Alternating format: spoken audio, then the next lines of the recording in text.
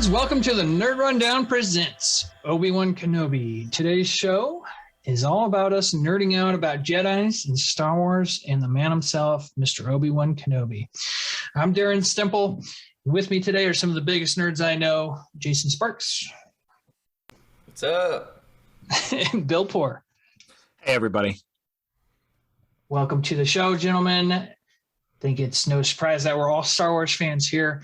And when we originally launched the Presents show, we wanted it to be a really like a chance for us to deep dive into subjects. And today is that day for us to deep dive into Obi-Wan Kenobi, the show, the character, the world of Star Wars. We got a wonderful trailer, wonderful teaser trailer for the show. A few weeks ago, maybe about a month ago now, I feel like maybe mid-February, early March, sometime around there. I know you were on the episode, Jason, where we talked about it on the rundown.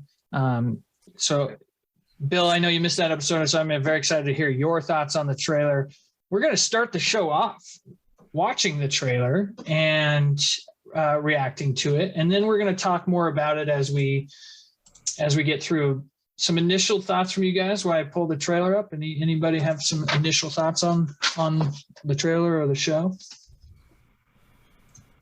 I mean, I'll just say that moment when they pull out Duel of the Fates was like ultimate nerdgasm. Yeah, it was one of those moments. I mean, I think there was even a YouTube video I saw on YouTube where it was like all the reaction channels together when Duel of the Fates came up, and they were all like, because they have to kind of react heavily on those channels, but it was definitely a nerd moment. So, okay, you guys ready? I'm gonna share sound, share screen, share everything with you. Here we go. 1, 2, 3, play.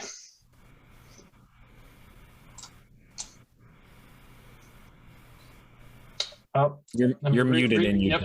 Sorry. Yep. Here we go. Forgot to hit the volume. The fight is done. Ooh, we get subtitles on this? We lost.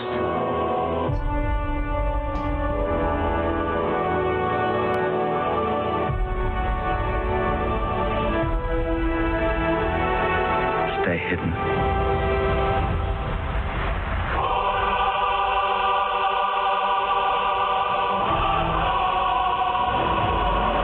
The key to hunting Jedi is patience.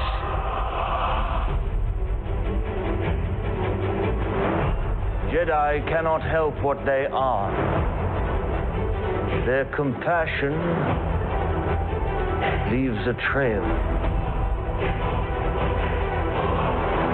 The Jedi code is like an itch. He cannot help it. Where is he?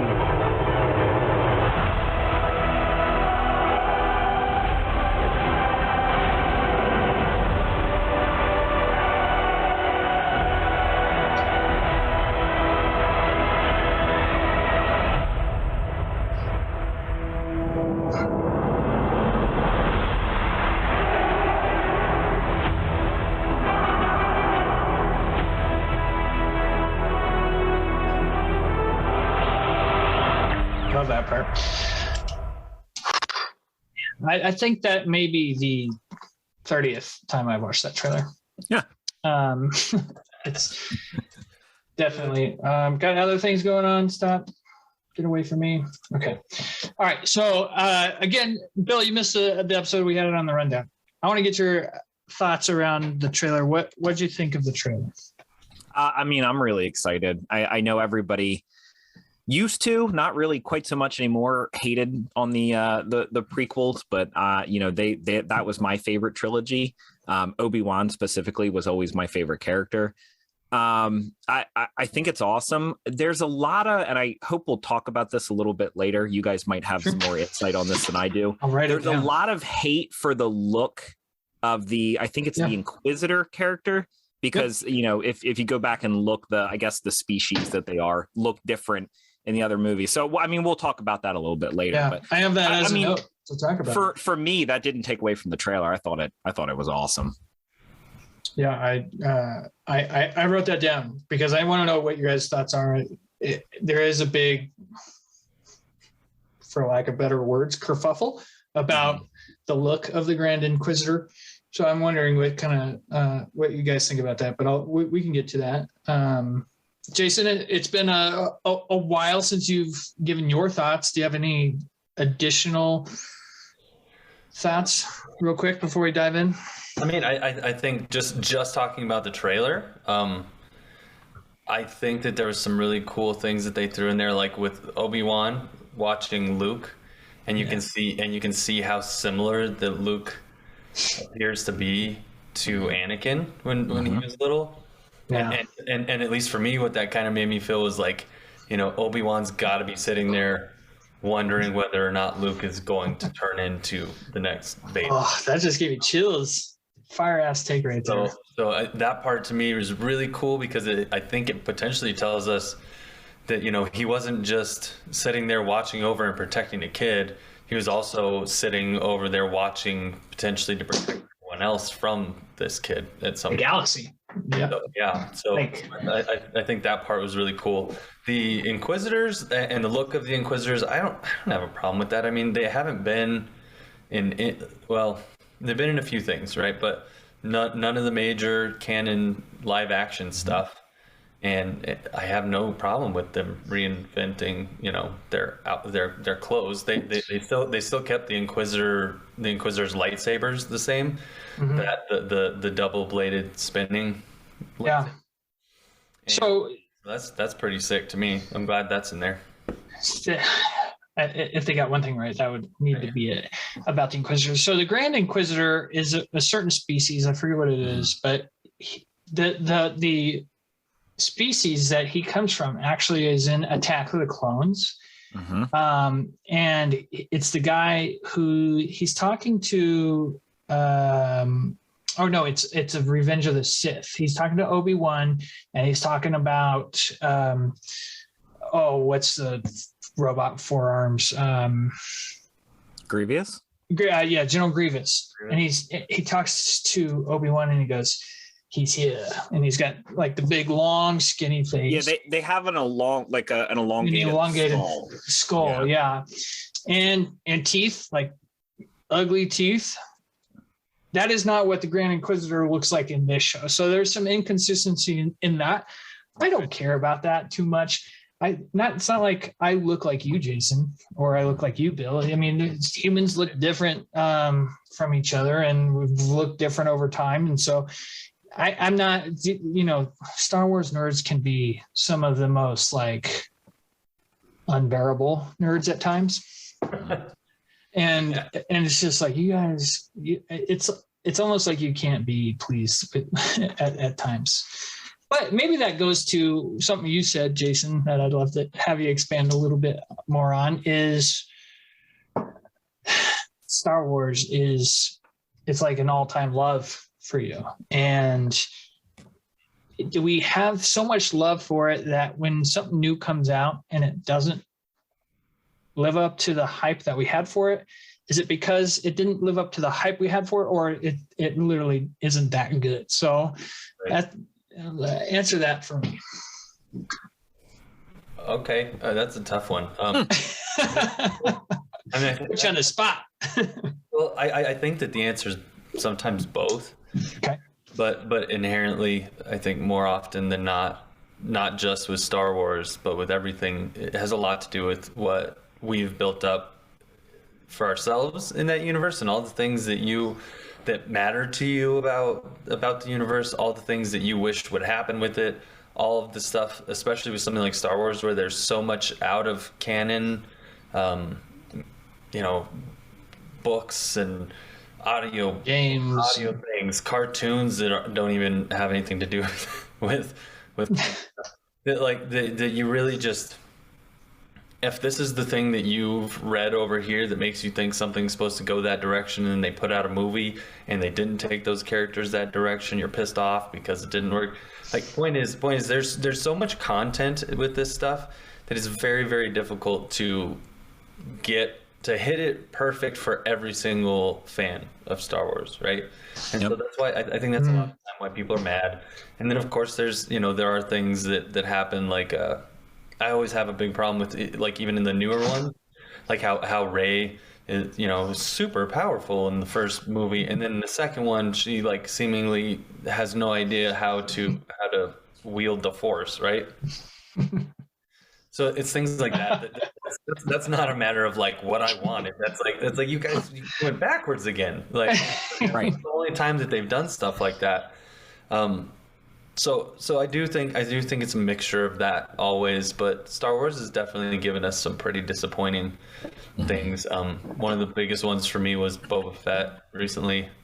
They could have made him so amazing and justified, like, people like me and everybody who've just been huge like Boba Fett lovers forever with seemingly no reason to be. Yeah. Cool, and he's a bounty hunter. and they gave us that in The Mandalorian. They gave us that amazing warrior Boba Fett who shows up and kicks a bunch of ass. Yep. Yeah. And then in his own show, they just gave us kind of like a weak old man that seemed confused. Like, He's done with it. Yeah. He's too old for this shit. He's too old for this shit. I remember on the Biden on that is what was happening. I remember when the first trailer for Boba Fett came out, and you were on the rundown, Jason, and I loved your take because it was. I thought at the time I was like, "Oh, that's perfect," because you said, I remember you said, "We're finally going to have a reason to love Boba Fett. Like we finally have a reason. They'll show us why we've always loved him, why he's such a badass." And then we got that show. It's just like, what the hell is this? Yeah. So, well, it was like they wanted to put a stop on all Boba Fett merch. Right? Yeah. It's like everybody hated him. We stopped selling so many books. Maybe that they do that to make the old Boba Fett stuff more valuable. The less of it there is, isn't it more valuable? Oh, I'm sure it is, but yeah, this wasn't the way to do it. If that was the plan. Right.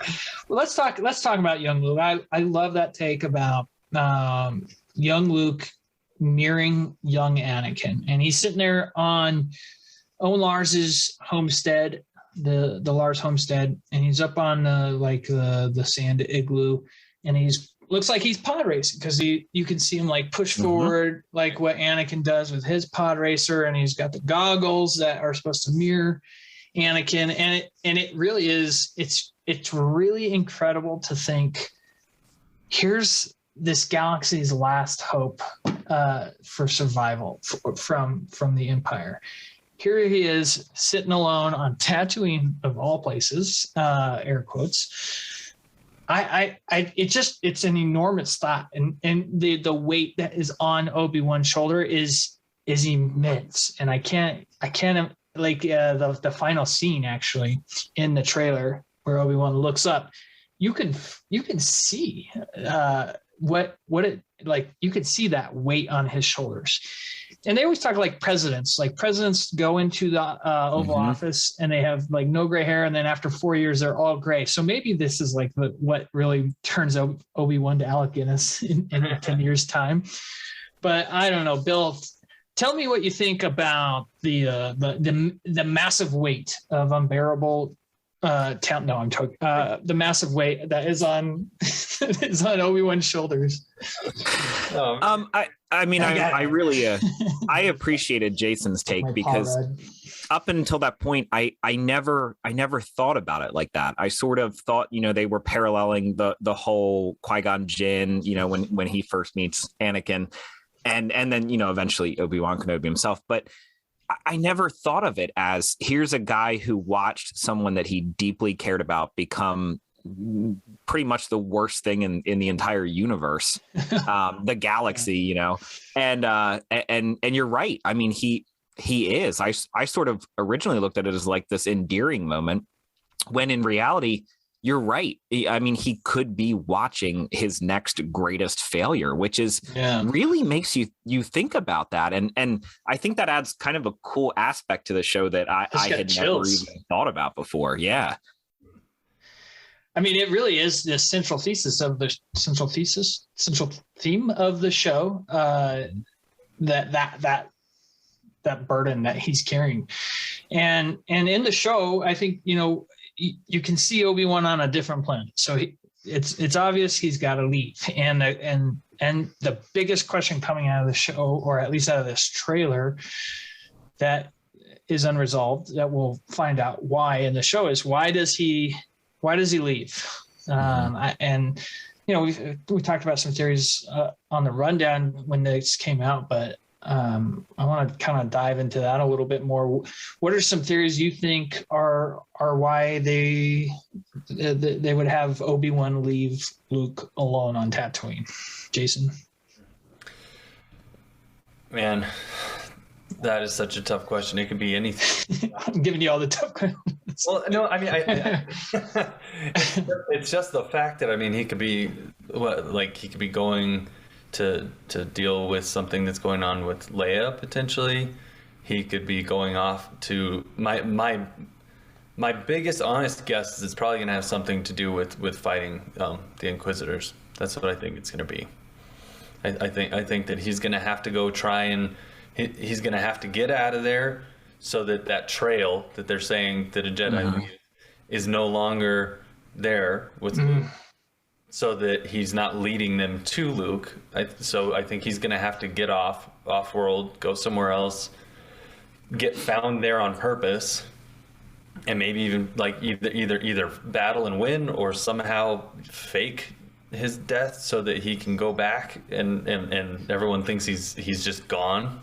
I don't know. I mean, it could be so many things, and I kind of, back to one of your earlier questions, like I kind of don't want to build it up too much for myself, because I want to watch the show and do that, and then and just enjoy it, instead of me sitting there being that fan that's going, oh, I could have written that way better. Like, you had so many opportunities. That's all of them, Like, yeah, I get that. That's a hard question for me, because I don't want to paint a picture for myself that gets ruined. Not that. Yeah. I mean, that's a hard thing about being a nerd is like, I don't want to think about this till I see it, because it could build something up in my head. I don't know. Bill, are you on that same kind of wavelength with Jason on that? I think this is something that we could have an entire episode about. And I think it happens on both sides. I think, we sort of build stuff up to the point where, we then tear it down and we're disappointed at everything and it doesn't live up to our expectations.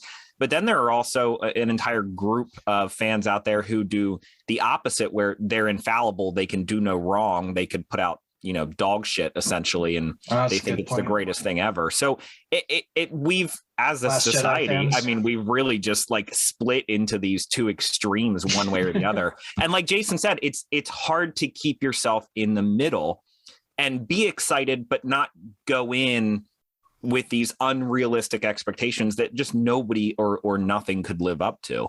Right. Sure. I mean, I feel like that makes us all Siths if we're dealing in absolutes, because it's like either you're absolutely this side or you're absolutely this side, and we should be more of that gray Jedi, or that gray. Just float. Right. Float around the middle. Yeah, float around the middle. I was thinking, I talked about a gray Jedi in the rundown. That was in my brain. But yeah, I would like to. I like to think that I'm more in the middle. First of all, I can theory craft till the cows come home and not be disappointed. With one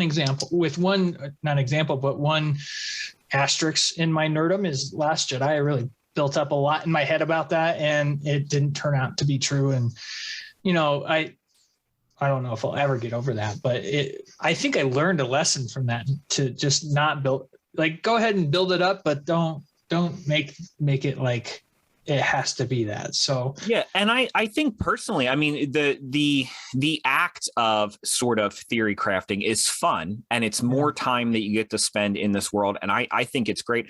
I actually enjoy when the theories that you read and come up with your own, I enjoy when they don't come true, because I like to be surprised and see how it moves in a different direction. So it just gives me more to build on and to learn about. Okay. I actually feel that way too. Like I'd rather not be in the theater going, I was right. Right. I'd much rather be going like, I did not see that coming. Oh yeah. But they've got to do something cool if it's not what I wanted. Right. I mean, the biggest moment in theater history for me that was a complete surprise was Captain America picking up Mjolnir.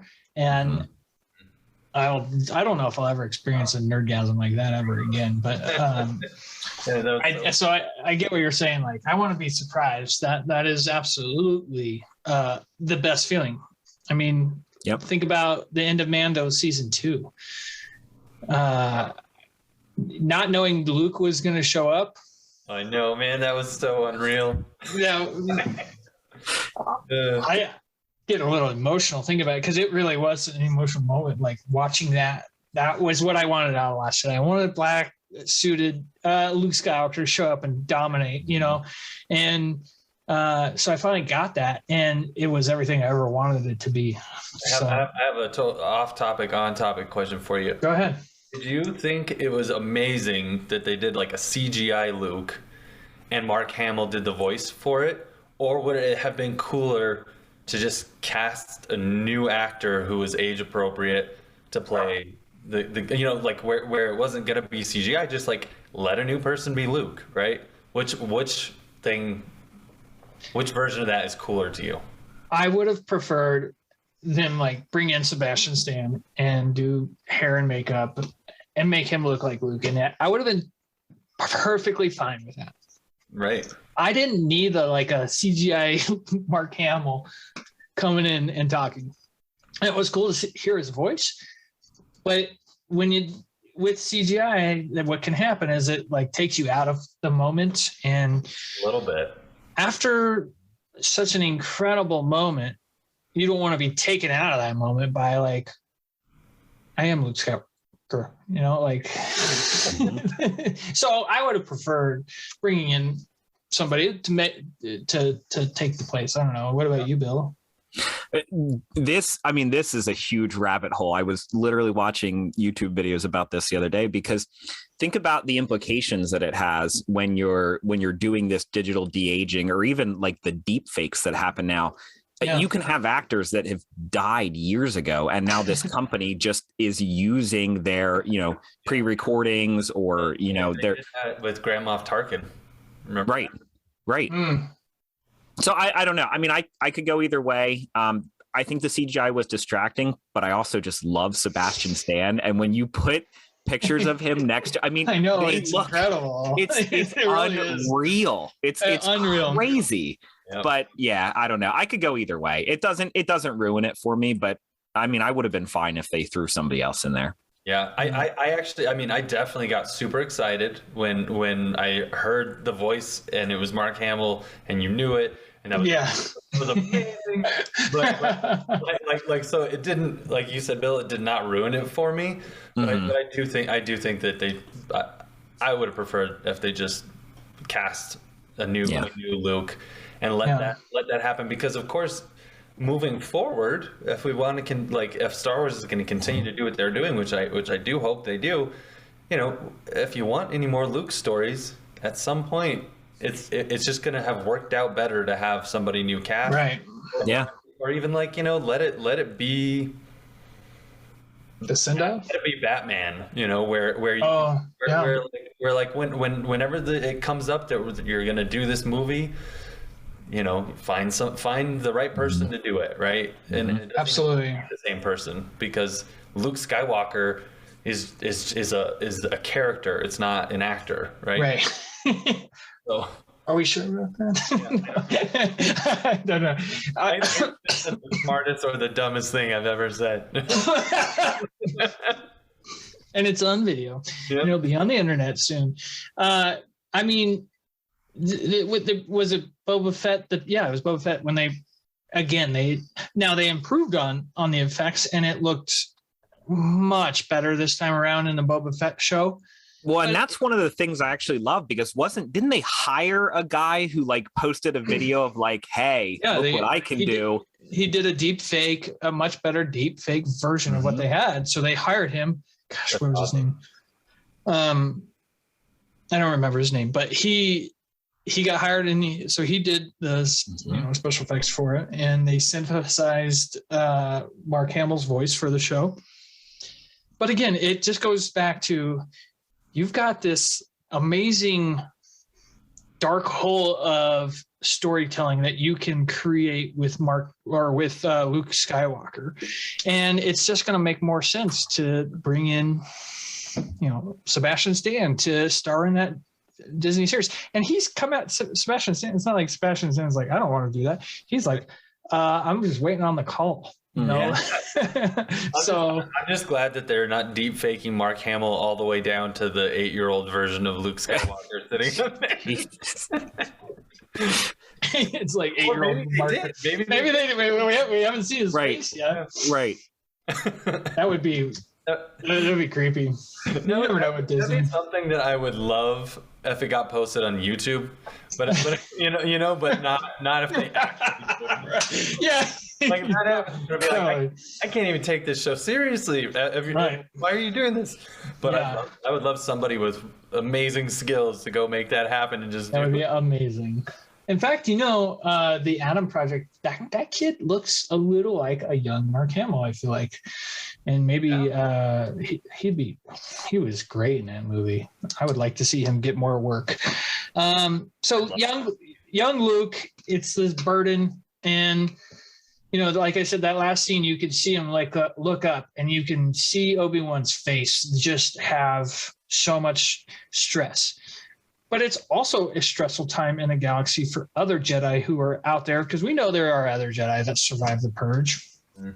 So there's a lot of parallels from this time in Star Wars, especially being a Jedi to being, and this is definitely not the Nerd Rundown saying that being a Jedi is like being a Jew during the Holocaust, but George Lucas did write the Empire as space Nazis, and they were hunting down Jedis to purge them from the world, and so I'm interested in seeing how they play that storyline through this show, and really build up the immense stress it takes to survive in this world, whether it's on Tatooine or it's on another planet, being a Jedi, or even just being a regular citizen in the Star Wars world. Like, first of all, Owen's got his own stress to deal with having Luke Skywalker on his planet, but you can see in the background some of these other just regular people, they look scared as hell. And so it would be a crazy time to live during the early days of the Empire, when they'll kill you for whatever. And so I don't know, what do you guys think about that plot thread running through the show in parallel to the Luke stress? But this is just like being a Jedi sucks at this time. Bill, I'll go to you. I think it just highlights the brutality and the ruthlessness of the Empire. I mean, that's the perfect setting when they're literally hunting, a group of people down. I think that sort of does a cool thing in which it restores the Empire. No, I shouldn't say restores, but it solidifies the Empire as being this big, bad, looming dark cloud that just spreads across the galaxy. Right. You know what I mean? No, I think that's actually a cool take, and I'm curious to see where they go with it. And we know Hayden Christensen is in it, so I wonder, are we going to get that interaction between Obi-Wan and Darth Vader at some point? It's leading confirmed. Up to the events of New Hope. Yeah, they confirmed. They told us. So this isn't something we're building up in our head. They have released concept art of them battling. They tease it with his breathing apparatus in the trailer at the end, while Dark Deeds plays in the background, which is the song that plays after Anakin massacres everybody on Mustafar. The Padawans, yep.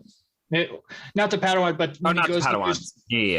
The Separatists. Mm-hmm. So he goes to Mustafar and he murders all the Separatists, and then he's like looking out at the lava, not knowing he's about to get lava to hit himself. But he's got like a single he's got a single tear rolling down his cheek, and it's like da-na-na-na-na-na-na. See, I'm not musically enhanced. I shouldn't even try that, Jason. But it's confirmed.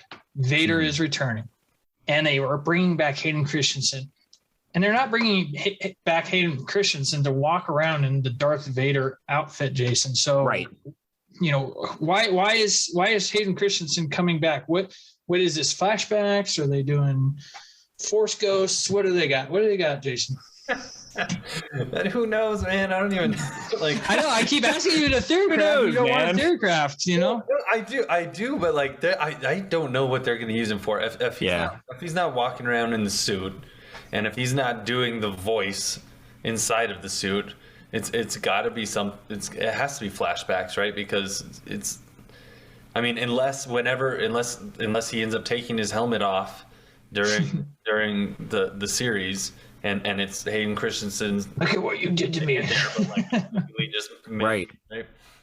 That's the only thing that I can think that it could be, is either flashbacks or you're seeing a burnt Hayden Christensen face. we're getting some back to tank baths again. Oh, man. You see Vader naked in his back to tank. Right.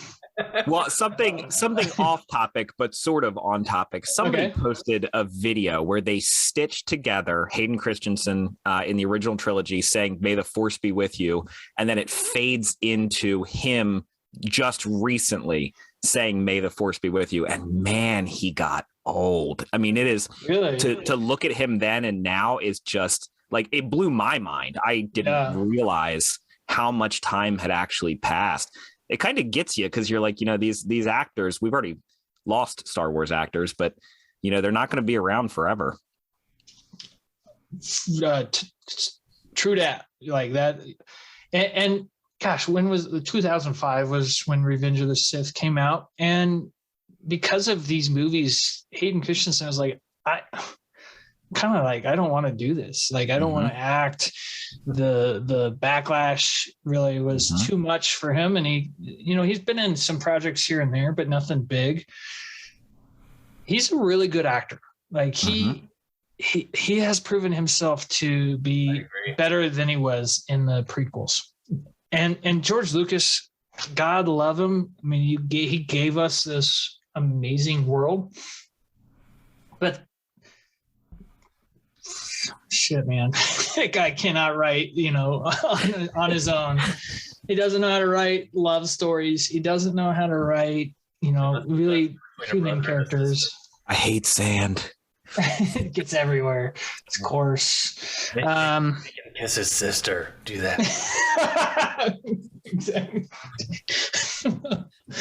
Have you ever seen the video of George Lucas talking about? He's like, it's like poetry. It rhymes. Have you ever seen that? Oh my gosh, I gotta send that to you guys. Nope. It just is like the perfect encapsulation of George Lucas and what he thinks, and then people are just like, they're afraid to tell him no. It's one of those things. This is a great discussion. I like this kind of discussion. I'm very excited for this show. I think it's going to be one of the better Star Wars projects that we've gotten. I know, like, Mandalorian seasons 1 and 2 were really good. Boba Fett was a letdown. So I'm jonesing for some good Star Wars content. We're getting Andor later this year. You guys excited for that show? Mm-hmm. For those people that don't know, Andor is the TV show, he's the character from Rogue One, that the main guy, Cassian Andor. It's a it's going to show the early days of the rebellion, which I'm really excited for. How I want to see how the rebellion is created, and what goes into that. So we might get you probably will get some Jimmy Smits, Bail Organa in there, Mon Mothma. Who else? Who else are some of the bigger characters in the early days of the rebellion? I don't remember, but it'll be exciting. And who knows? Maybe Obi-Wan stops by, or you get a young Princess Leia. Sorry, I was like, who else would be there? Princess Leia. So I'm excited for that. I think what else comes out of the show? You guys got any ideas for some like surprises that we might see in Obi-Wan? I know it might. I'll give you a second to think while I think about mine. So, Duel of Fates plays in Obi-Wan in the trailer. When did we first see Duel of Fates? Mm-hmm. We saw it when it was in the Naboo Palace, and maybe the most badass Star Wars entrance of all time, Darth Maul. Doors open. You get the double-bladed lightsaber. First time we saw that on screen. And it's Obi-Wan and Qui-Gon versus Darth Maul, and just one of the all-time great, scenes in movie history for me.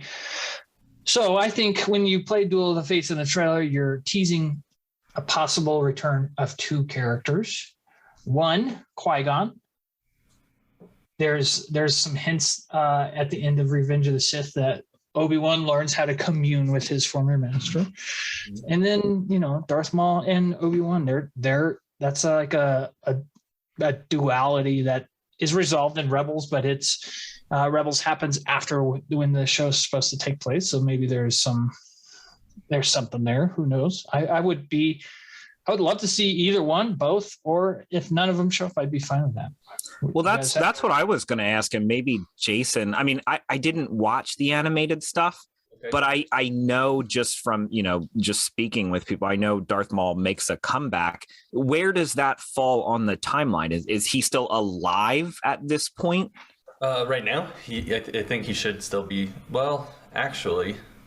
That falls, when you say right now, he means during the Obi-Wan. During Obi-Wan, right? During the series, yeah.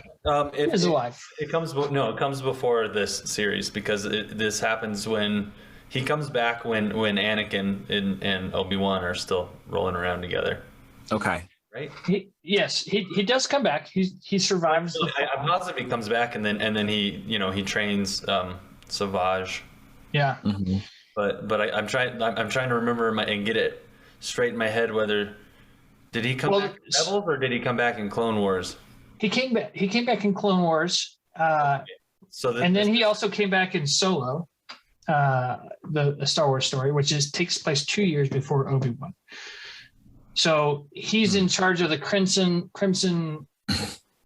Dawn, right? Crimson Dawn. Yeah, he's the guy that's in charge of the Crimson Dawn.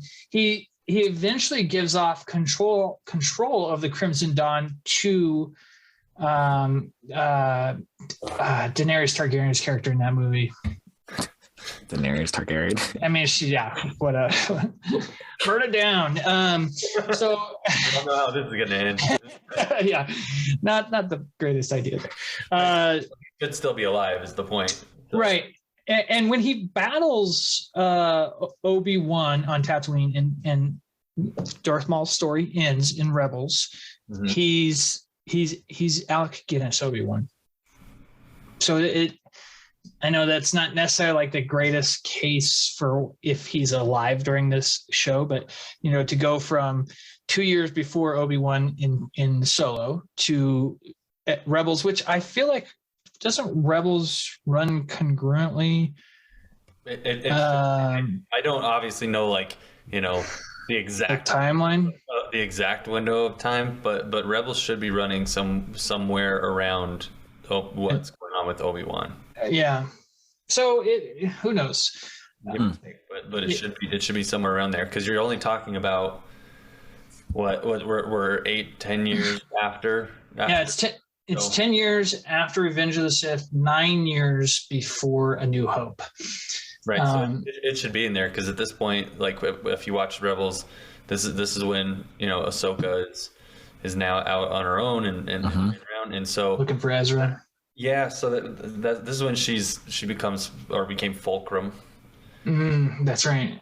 Like her gray Jedi name. Yeah, she was a great Jedi, wasn't she? Yeah. Yeah, because she didn't believe in Jedi code after she got falsely accused of burning the temple. And they basically kicked her out, and then and then she went off and did everything she had to do. Wasn't it Asajj? Barisafi. It was Barris. It was Barris. Yeah. Yep. Yeah. So I know that in the Clone Wars show as well, I'm on season 5, I think, with Penny. But I do know Darth Maul, he at one point becomes Lord of or King of Mandalore because he gets the Darksaber. He wins the Darksaber in battle. And I don't remember who he battles, but maybe I'm in season 4 and I haven't got to it yet. I don't remember exactly when in the timeline it is. I think I'm in season 4 now that I say this, but he's got this big storyline in Clone Wars. Like his story gets expanded in Clone Wars and then it carries over into Rebels where it ends. But Obi-Wan, I think, is taking place in between these two shows. So he does. The thing is, he survives getting cut in half and thrown down the tube. So Star Wars, it's Star Wars. It's one of those things. Let's see. What are the other notes I have here are we're getting to see the Sith Inquisitors in live action. We talked about the Grand Inquisitor not looking like that, but as far as the Sith Inquisitors, I was first introduced to them during the Jedi Fallen Order game, which was an incredible in-canon game, and we're seeing the expansion of the Inquisitors in this movie. So we got them in Clone Wars. We've seen the 5th brother, the Grand Inquisitor, the 9th sister, the 2nd sister, the 5th brother. Or is that one already? We're getting Reva in this show, which it sounds like she's going to be maybe like your main antagonist with Vader in the background in the show, Reva. I'm excited to see the Inquisitors. I'm excited to see the Inquisitorius, which is the great name, where the Inquisitors live. It's an underwater base. Inquisitorius. Sounds like something from Harry Potter. The Wizengamot. Well, it's just like you're the Inquisitors and you live in the Inquisitorius. Like you guys are really like stretching your names out here on you're stretching your creativity. It's right next to the Inquisitorium. Inquisitorium. That's the underwater part of the Inquisitorius is the Inquisitorium. I don't know. I'm excited to see the lore of the Inquisitors. I want to see what I'd like to see. And I have no idea if this has happened. I would like to see like Vader be like, I need an army of semi-Jedis because they're not total Siths yet because again there can only be 2 Siths at a time, but they are obviously Sith or force wielding of the dark side, and they have a red lightsaber, so they look like Siths, but they're just kind of Siths in training, maybe like they're like the bench Sith. Here's the bench team. I'm excited. Are you guys excited for more Inquisitorius, Inquisitorium, and Inquisitors, and Inquisitives? I don't know. I could go on. Well, let me ask you a question. I don't know that this is even possible. Do you think we'll get any Cal Kestis? Okay, so that was going to be one of my last questions, but we could talk about it right now because. If you have the power, they came to you and they said, Stemp, Bill, Jason, you have the power to decide what's going to come into this show. You'd say Cal. I would say Cal, absolutely. No. because it fits so well into this world of Obi-Wan, and him on the run and Fallen Order. I don't know, Jason, if you played that game, but if you love Star Wars so much, play that game. I did.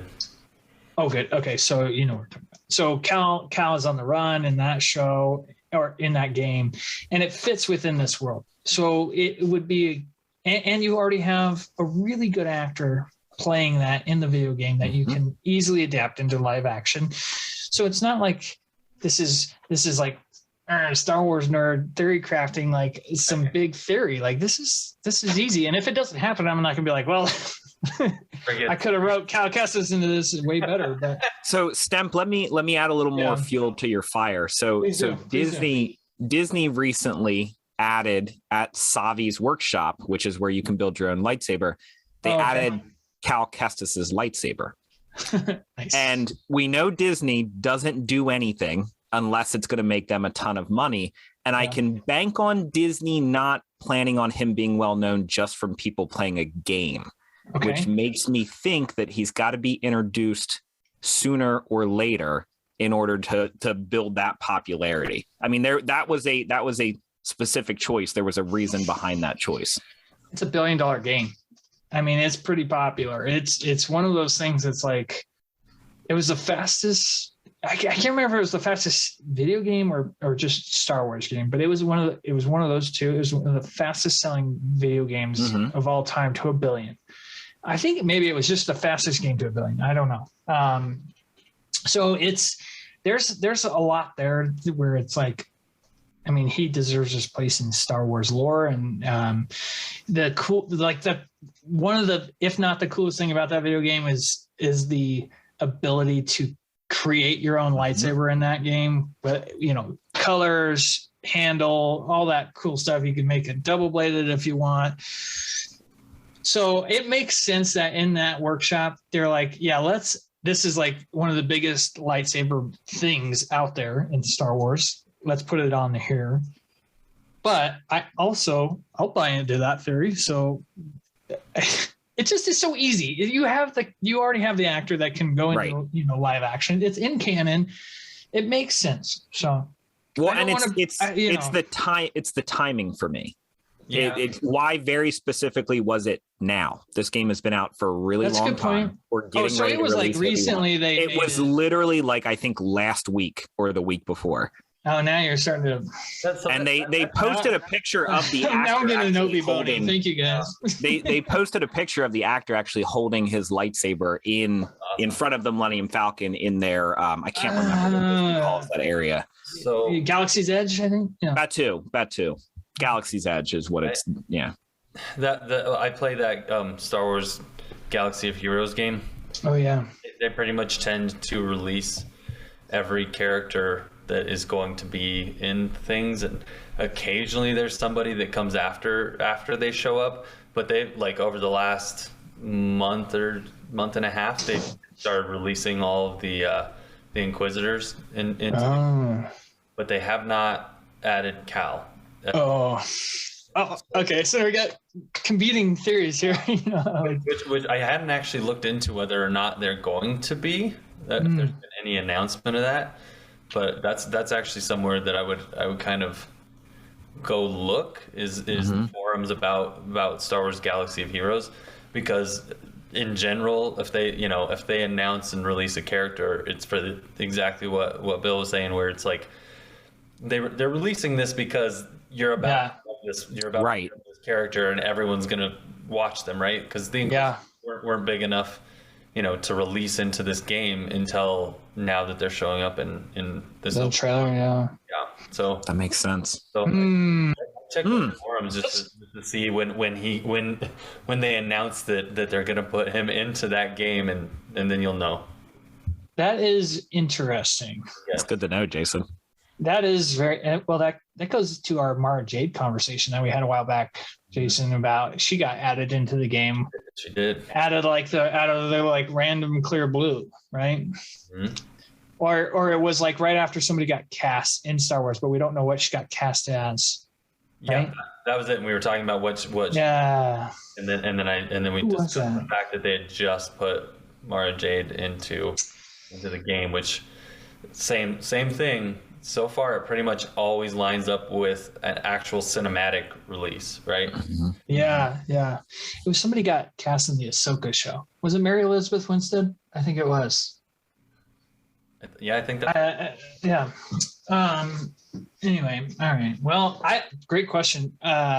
So if you guys had your choice of like, what could you make happen in this show, and it would be, like again, Lucas or Disney came to you and said, we can make this happen. What do you want? Bill, you posed kind of the question for. I'll go to you first. I mean, that's kind of a hard question to answer. But I guess I'll go with Cal, just because, I mean, that's what we're talking about. And I love the character. That game was absolutely phenomenal. And I think I spent like 6 times. I think I spent a couple nights with my blood pressure like through the friggin' roof, because that is a difficult game. Dude, that is the last battle with the second sister. Is like, but yeah, I mean, I guess I'm gonna go for the obvious and just say Cal. Okay, I get you. I mean, that's my pick. I'd pick that too. It just like I said, it fits so well within that world. And I also I love that actor. I mean, I watched what was the name of that show? Why am I blanking on it now? Shameless. Yeah, he was great. And he was awesome. So I mean, I'm all for it. Dude, Shameless is such a good show. The first few seasons of Shameless is some of the most like. I'm really doing that. Like some of the stuff they do on that show. Oh man. I actually felt embarrassed. I was by myself watching it. And I think I'm like, I don't get embarrassed by much. And that was like, there was a few moments where I was like, I feel uncomfortable. Right here. Dude. When Kevin has to like impregnate his mother. Just like, that was like the tippy top Shameless moment for me.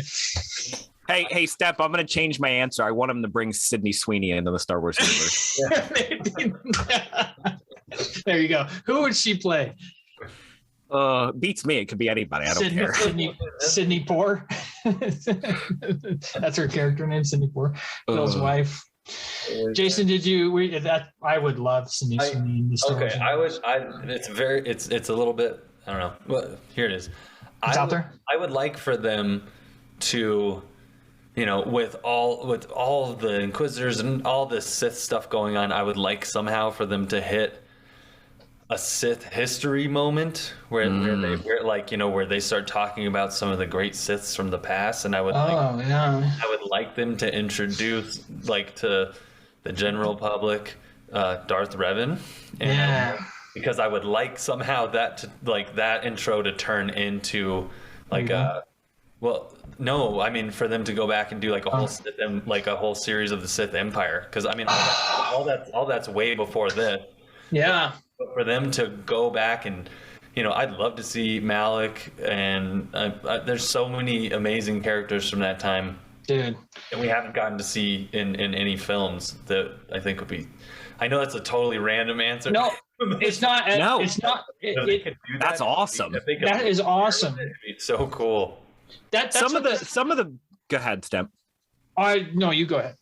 I was just going to say some of the best stuff that came out of the newest trilogy was the Sith stuff. Like, I want to see more of that. So you are spot on with that, Jason. I think that would be really cool. Thanks, guy. 100%. Like, it's not a random answer. It's not out there. No. It is. That's what this when I asked this question, I'm like thinking like, what else? What if you could put anything in there? So there's not any random to that question. It's great. It's a fire ass take. Fire ass take. Hell yeah. As long as there's no more knives where you have to stand in a very specific spot at a very certain angle and hope that erosion hasn't worn anything away. Oh, Steph, to go back to your that's too funny. To go back to your earlier question about what the fuck are we watching? The earlier question about the Inquisitors. Yes. That turned into the conversation about Cal. Like, I think I don't personally have any deep like need for it to be the Inquisitors, But what I think that I love about the fact that they're in there is it means that we get to see a lot of lightsaber battles. And like that is what we get from them being added into this, right? Because now you don't just have like one lonely Jedi watching over Luke Skywalker. Like, Right. You now have a whole setup to where we can get what a lot of us really want, which is to see lightsabers. Yeah, totally. You don't get just like an Obi-Wan scene in his cave doing like Star Wars Kid, like, where he's just like doing lightsaber action on his own. You get to see, or even worse, you don't get that weird Luke Skywalker in the new trilogy being that's what he's being a hermit in a cave, not one any of it, right? Oh yeah, that's I thought you were talking about when Luke Skywalker was doing lightsaber action in the Boba Fett series. But yeah, I just don't give me anything from Last Jedi. That would be great. But we love Star Wars. Like the coolest thing out of Star Wars is the Force and lightsaber. So the more lightsaber action we can get, the better. I think they purposefully didn't give us any lightsaber on lightsaber action in the trailer because I bet they have some really cool shit that they're waiting to show us in the show. That's my hope.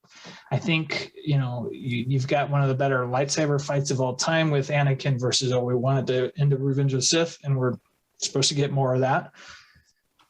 What's your favorite lightsaber moment, Jason? My favorite lightsaber moment of all time is in Spaceballs when you see your Schwartz. And the lightsabers twist up like, and then he's got to put his leg on him to shove off. Just to try. That's my favorite one. And then he like cuts like the sound guy, and he's like, he did it. He did it. He did it. Yep. That's got to be it, though. That's up there. It's up there. Jason's killing it today. I know he's dropping some bombs. Where about you, Bill? We're gonna the show on this. I mean, I'm gonna go obvious again and just say the duel on Mustafar. I think it was probably the longest one we got, and it was really intense and just incredible. Mm-hmm. I think that's it. For me, it's a close second to Obi-Wan versus Darth Maul, which was after Qui-Gon died. Spoiler alert! After Qui-Gon dies, pissed off Obi-Wan. The Force gate opens up, and Obi-Wan's like, and he jumps at Darth Maul, and they do the behind the back, and there's just some real. We had never seen that out of Star Wars up to that point. So seeing that for like the first time, like really amazing Jedi stuff. Bill's showing us some Star Wars leg. Is that Yeah, he's got the high ground. Rise of the Skywalker? That's You gave Anakin the high ground? You gave Anakin the high ground? That's really did it move? Yeah, it actually it like moves back and forth, and the whole tower like topples. Oh man, and he does a little spin thing. Oh, that's when they're on the little things. Yep. So there's no high ground there yet. Okay, that's pretty cool. One of the freaking Legos, man, that's so cool. One of the best worst lightsaber moments was Yoda versus Dooku or Palpatine. No, it was the Dooku one. And oh my god, that's one of my favorites. so this I'll tell you why it's best and worst. It's one of the best because the action is absolutely incredible, right? Yeah. It's one of the worst because the entire way that whole battle goes, it was just the way that they were just using the Force so randomly and easily, where like in the originals you're watching them like struggle for a second just to lift a small thing, right? Right. Yeah. And this was just like ripping stuff and throwing it at each other, and then of course Yoda's flying 3,000 feet in the air, spinning a million spins, and it looked awesome, but it was also just like, what did you just do to like lightsaber battles were more like what you would expect from like a medieval sword fight, right? with laser swords, and now it's, I don't know, now it's acrobatic nonsense. So, but it was super cool. Don't get me wrong, I loved it, but it definitely changed. That I felt like it was them just trying to go, hey, we have the ability to do way cooler stuff now, right? Yeah. Right. I 1000% agree with you. Like, I feel like it's a bittersweet moment. First of all, it's really cool to see Yoda like walk up, open his robe, use the Force to pull his lightsaber up, and then go like this. Like, Yeah. it could have stopped right there and I would have been fine. But then you see him doing flips and shit, and you know he's making noise like rah, rah, rah, rah, rah, rah. You know, and it's just like the first time you see it is, I remember opening night. You know, we waited in line 12 hours. We were cheering our asses off in the theater at that. But you watch it now and you're like, this is some cheese ass shit right here. Mm-hmm. So it's like, it almost felt like such a dumb way to put this, but like disrespectful to the original films, right? Yeah. Like you were making a joke out of right. And a joke right. Yeah. You've got Vader who can't lift his lightsaber up more than this. Yes. Yeah. And now you've got Yoda who's flipping through the air 50,000 times. Yeah. And it is a different time for Jedi, like for sure, right? Like not a lot of Jedis are around in the original trilogy, obviously, and maybe Vader's just out of practice using his lightsaber, whatever.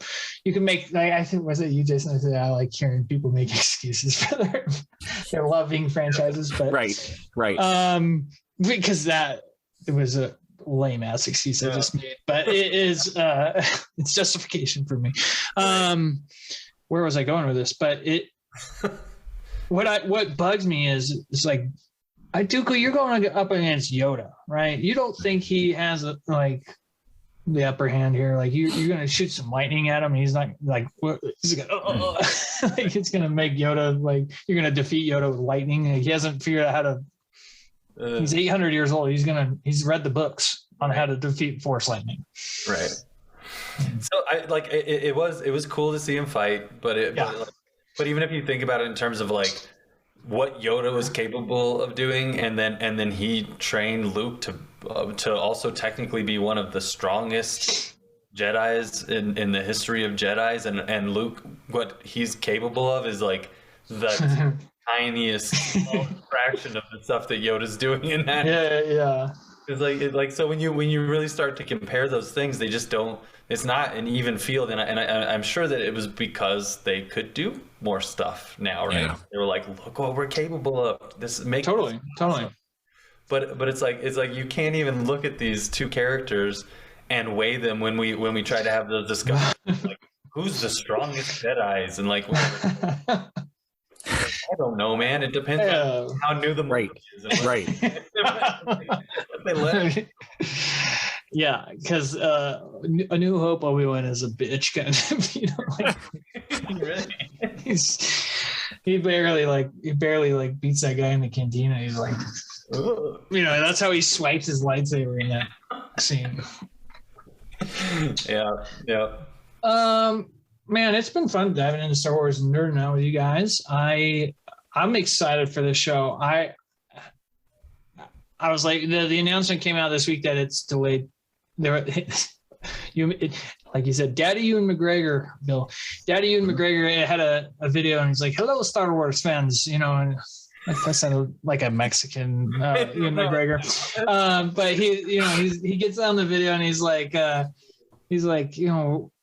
I have some unfortunate news that Obi-Wan has been delayed. And he's like, no. And he's like, to May 29th, which is only 2 days later. And he's like, but we also have some good news that you're getting 2 episodes. So May 29th is going to be a hell of a night for us at the Nerd Rundown, and watching that on opening night, and possibly covering it that weekend in a separate show. So I would love to do a weekly review of the show as it's released, and I know I'd love to have you guys on with me on that, and anybody else who wants to join, because it's going to be an intriguing show. It's combining basically at least three pockets of Star Wars fans. You got OT fans, prequel fans, newer Disney Plus series Star Wars fans, even you could throw in, animated fans in there, like Clone Wars and Rebels. Mm-hmm. So I'm excited. I'm nervous. Again, Star Wars doesn't have the greatest track record of being consistent.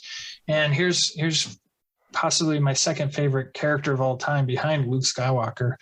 Not just in Star Wars, but he's up there with, Captain America and Cyclops for me. Mm-hmm. So it's like, if I had to come up with my top 4, that would be it.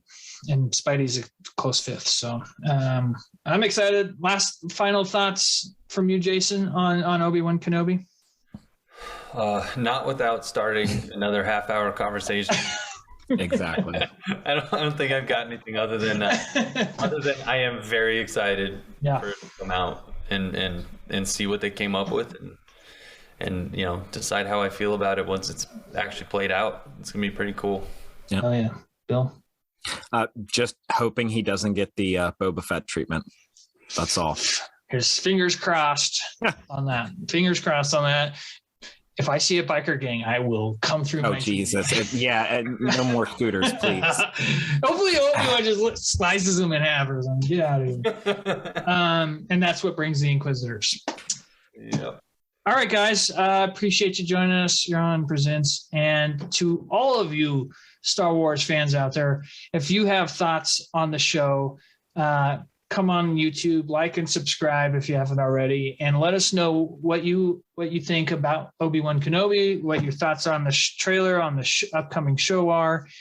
We want to hear them all, and we will be interacting with you. So we've had a lot of fan interaction lately that I'm loving. So we appreciate everybody who out there who's listening and watching. Good to see our pretty faces. So with that being said, see you next week on the Nerd Rundown Presents. Thanks, everybody.